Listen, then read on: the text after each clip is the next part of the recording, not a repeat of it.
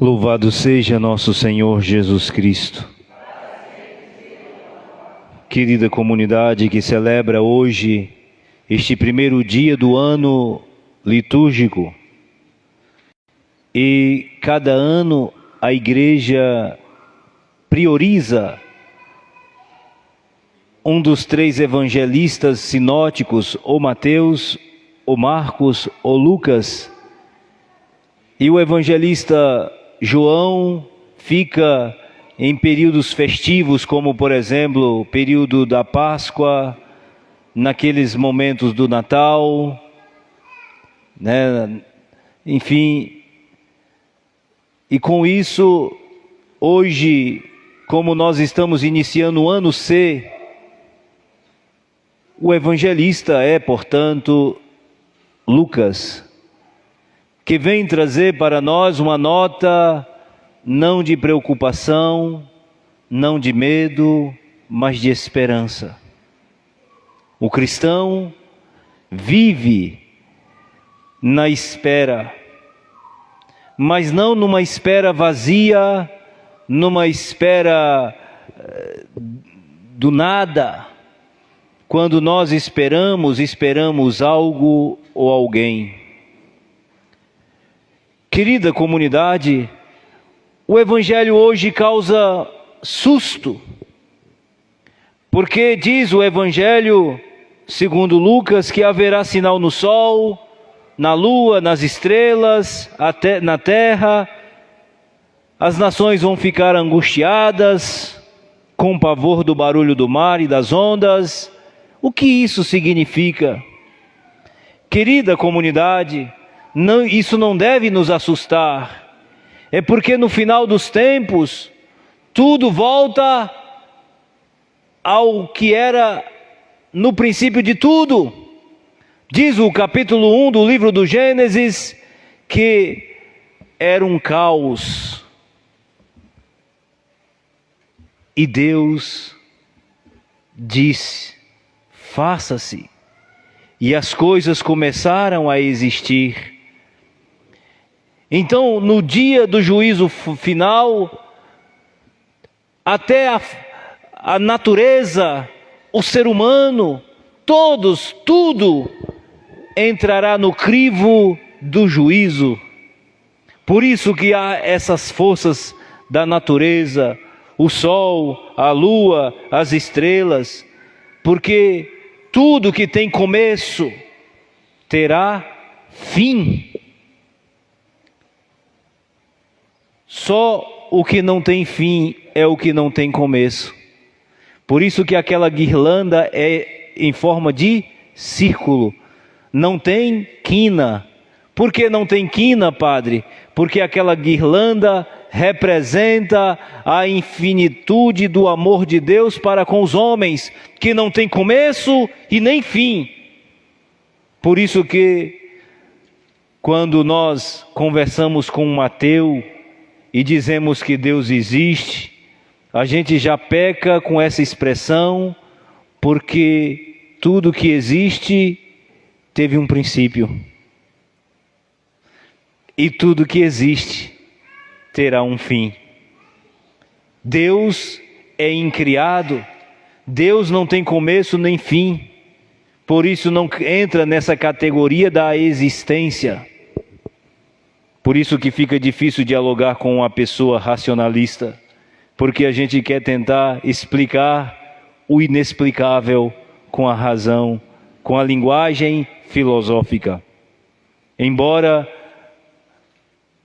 usemos a filosofia tomista para tentar explicar, usando a filosofia aristotélica para explicar, não conseguimos abarcar a explicação do Senhor. O que podemos dizer que de fato Deus é. E aqui, este evangelista quer colocar seu diácono nessa perspectiva de que tudo que começou vai ter um fim. Por isso que o sol vai abalar, as estrelas vão cair, a lua vai deixar de brilhar, né? O mar vai se revoltar. Enfim, queridos, isso não deve causar em nós medo, porque o Evangelho é bem claro quando diz: quando essas coisas estiverem para acontecer, levantai-vos e erguei a cabeça, porque a vossa libertação está próxima. Ou seja, injeção de entusiasmo e de alegria. A vossa libertação está chegando. É como alguém que está dizendo: olha, você está passando por dificuldades, não se preocupe. E é isso que a primeira leitura apresenta. O profeta Jeremias está injetando ânimo ao povo de Israel que está voltando da Babilônia e vai encontrar Jerusalém arrasada, e vai encontrar a cidade de Sião destruída, o templo acabado, a Torá, a lei, não existe mais. Por isso que Esdras, Neemias, vocês depois consultem o livro de Neemias e Esdras, vocês vão ver que quando Israel volta para casa, Esdras é convidado a conclamar. Ele sobe num estrado para proclamar em altissonante voz, desde manhã até ao meio-dia, a lei, porque aquele povo já nunca tinha ouvido falar da lei de nosso Senhor. Então tudo é um recomeço. Por isso que a primeira leitura de hoje apresenta para o futuro: eis que virão dias em que farei cumprir, ou seja, olha os verbos para onde é que apontam: para frente. E quando foi que isso realizou, Padre? 6 séculos depois. A promessa de bens futuros para a casa de Israel. Queridos irmãos, quando Deus promete algo, a gente não pode esperar para ontem, ou para hoje, e de modo imediato, porque o tempo de Deus não é o nosso. Mas cumpriu-se a promessa que o Senhor fez pela boca do profeta Jeremias, de que naquele dia farei brotar de Davi um rebento, a semente da justiça, um broto. É muito pertinente essa palavra broto na primeira leitura, porque se você sentar lá na sua roça, você que já plantou feijão ou milho, eu pergunto a você: você consegue enxergar a olho nu o desenvolvimento da planta, do broto? Se você consegue, me diga se é verdade, se você consegue. A gente não consegue. A gente percebe que está desenvolvendo, mas a gente não percebe o seu desenvolvimento. A gente não consegue mensurar o momento em que ela está se desabrochando. Isso é interessante, essa nota do broto de Davi, para dizer que o projeto de Deus ele acontece de modo sorrateiro, muitas vezes imperceptível aos nossos olhos. Por isso que não deve haver entre nós o desespero, a angústia. Quantas vezes a gente se desanima quando parece que as coisas não andam, não é? Às vezes um padre está tentando organizar uma paróquia e parece que a coisa não funciona, né? Às vezes uma casa religiosa que tenta normatizar as regras do bem viver e parece que a coisa não funciona. Uma comunidade, né? Um grupo, um movimento. Padre, os grupos, os homens do terço, padre, como está difícil arrumar homem para rezar terço conosco. Faça a sua parte. Deus tem um projeto. Por isso que o broto, ele começa a crescer e a gente não consegue mensurar o seu desenvolvimento. A gente só percebe que vai desenvolvendo, mas a gente não consegue mensurar o seu desenvolvimento. Assim também é o projeto de Deus, Luiz. Assim também é o projeto de Deus, comunidade. Não desesperemos, façamos o nosso papel, um papel de cristão que seja bem feito, sem se preocupar, aquilo que Paulo diz no capítulo 3 da primeira carta aos Coríntios: Paulo planta, Apolo rega, mas quem faz germinar a planta é Deus, não somos nós. Por isso, nesse primeiro domingo do ano da igreja, aqui já vai um recado para você, a você que muitas vezes se desespera quando não tem o controle das coisas. Quero dizer a você, faça seu papel. Você que é pai, cumpra o seu dever de pai. Você que é mãe, de semelhante modo. O resultado não depende de vocês. Não se desespere, faça seu papel. Padre, mas parece que o negócio não está funcionando. Não importe, cumpra seu dever de pai e de mãe. Pode ter certeza que o futuro te dará uma resposta, boa ou ruim. Faça só o seu papel. Queridos irmãos, e aqui, naqueles dias, Judá será salvo e Jerusalém terá uma população confiante.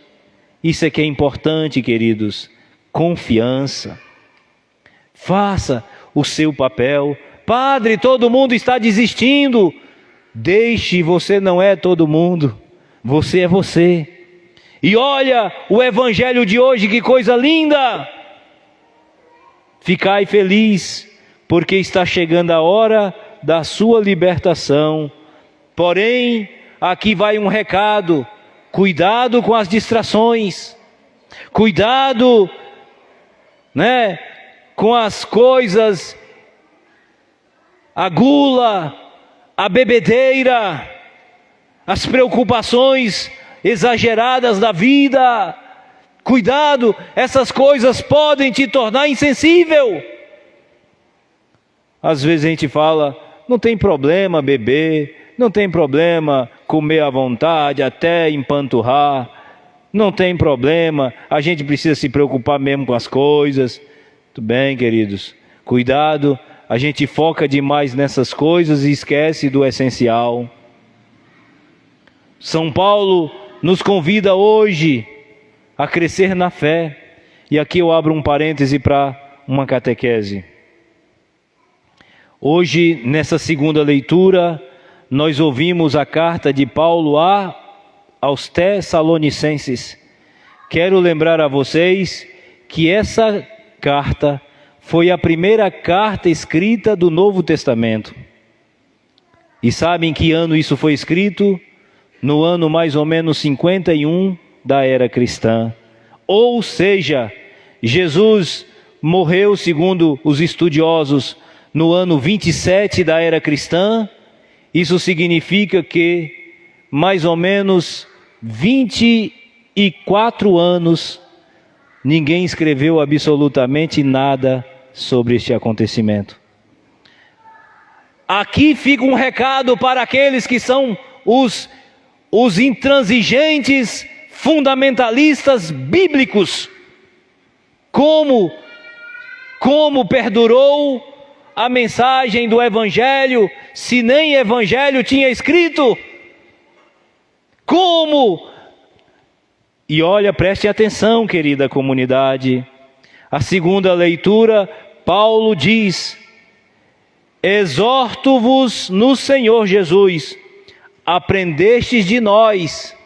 Quando alguém diz que tradição não serve para nada, aqui nós vemos de modo bem claro a tradição da igreja. A comunidade de Tessalônica aprendeu com Paulo. Aprendeste de nós como deveis viver para agradar a Deus. Como a tradição não serve para nada, se a Bíblia só chegou depois de 4 séculos da era cristã? Então, é interessante a gente aprender essas coisas, queridos católicos, porque tem muita gente que sola Escritura e esquece que tem muita coisa. Leia João capítulo 20, versículo 30, capítulo 21, versículo 25 do Evangelho segundo São João. Lá ele deixa bem claro que tem muita coisa que foi feita e que não está na Bíblia. Queridos irmãos, querida comunidade, e aqui mais outra catequese: fazei progressos ainda maiores. Conheceis de fato as instruções no Senhor. Por quê? Porque Paulo convoca a comunidade, diz o versículo 13 dessa leitura de hoje, convida o povo a uma santidade sem defeito, ao crescimento, à estatura de nosso Senhor, para que no dia da sua vinda, e olha como diz a leitura de hoje, nosso Senhor virá sozinho, com os anjos, certamente, mas somente com os anjos. Observem, com todos os seus santos. Para aqueles que dizem que o céu está vazio, de onde é que virão esses santos? Não vão me dizer que vão brotar da terra. No dia da vinda do Senhor, Ele virá em sua glória com todos os santos. Fecho aspas. Duas notas importantes para a gente guardar. Querida comunidade, esse período de advento é um período de preparação. A igreja, portanto, neste dia de hoje, nos convida a alguns aspectos. Cuidado para não se tornar insensível. Essa semana eu tive o prazer de conhecer um ateu, que eu disse que não era ateu, era um à toa, porque não existe ateu. O que existe é alguém que acredita em algo que não seja justamente aquilo que eu professo. O que existe é que há alguém que deusifica alguma coisa, ou a sua razão, daí a palavra Sofia, a deusa sabedoria.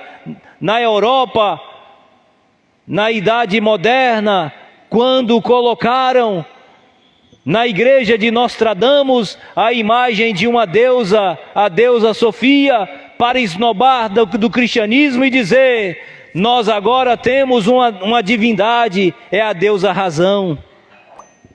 É a razão. Então, quando nós não cremos naquele que tudo fez, naquele que tudo criou, nós cremos em alguma coisa, na razão, na ciência, em qualquer coisa, em você mesmo.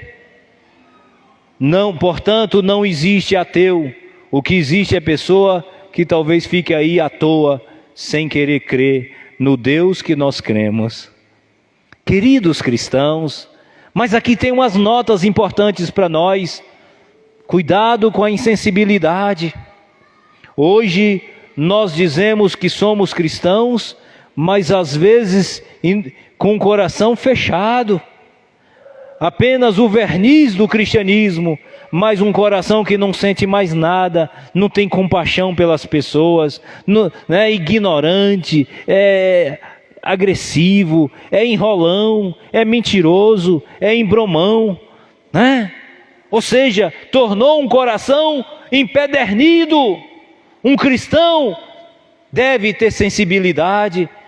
Aqui eu já disse no passado recente e retomo esse sentimento. Um vizinho que está passando por uma dificuldade, você mora ao lado dele, ajude-o. Tem alguém, às vezes a gente está muito apressado para ir à igreja, aí vai caminhando, tem um coitado ali empurrando o carro, porque o carro não quer pegar. Olha que nota, olha que sentimento bonito, se compadecer com aquele que está empurrando o carro. Ajude a empurrar o carro, para ver se funciona. Queridos irmãos, o cristianismo é marcado por gestos concretos, não por ideias, mas por algo concreto. Por isso, aqui vai essa nota: cuidado com a insensibilidade, cuidado para não encher o túnel de cachaça, porque um cristão não vive assim. Olha o que foi que nós acabamos de escutar: cuidado com a gula. Ô padre, às vezes a gente vai à casa de uma pessoa simples almoçar, e você vê que lá tem 20 pessoas que vão almoçar naquela mesma. Aí a gente vai lá, prepara logo nosso prato e enche. Está preocupado com os outros. O importante, né? Como é que diz aquele ditado? Farinha pouca, meu pirão primeiro. Isso é um cristão sem futuro. A gente precisa ter a sensibilidade de que, ao almoçar numa casa de uma pessoa simples, você tem que ter o cuidado para não causar escândalo. Então, cuidado. Tem 10 pessoas, você olha assim na panela, tem 10 pedaços. Então, por que você tem que pegar 2? Pegue só um. É assim que se comporta um cristão. Tá, vapo, 5, 6 pedaços. Quer saber se o outro vai comer? Queridos irmãos, a gente está tocando em coisas práticas. Porque às vezes a gente fala de uma teologia muito abstrata e a gente não compreende. Por isso, esse é um tempo importante para a gente viver bem a fé. Cuidado com as bebedeiras, a embriaguez. Sou cristão, mas não posso ver um caneco que eu já fico todo...